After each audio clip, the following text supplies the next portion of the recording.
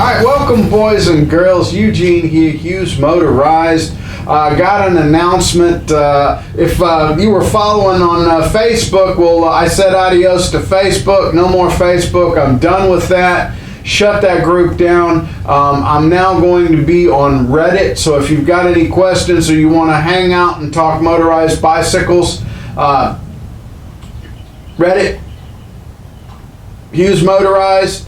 There's also a group there with Hughes_Motorized. That's not it. I just opened that one up, but it points you back to the Hughes Motorized where it's together there. I've got one thing to say to Facebook, and that's, yeah. Okay, so I've got a few other things going on here. I'm going to be doing a board track replica. Don't know if I'm going to do an Indian or a Cyclone, but we're going to go from chopping up the frame. We're going to do the drop loop frame on it. We're going to do the Indian slash Cyclone style tank on it.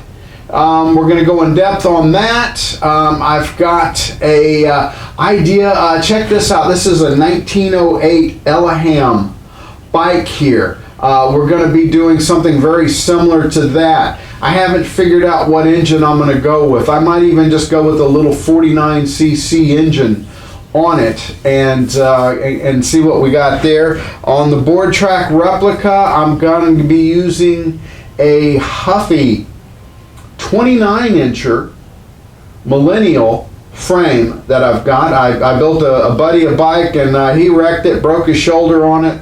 Had me fix it back up, and then he decided the motorized bike life ain't for him. So I got that bike back from him, and that's the frame I'm going to be using. It's going to be using 29-inch tires.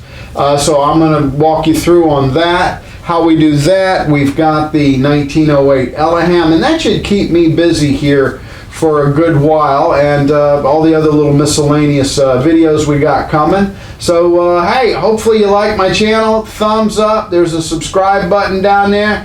Check out the Reddit. Take care.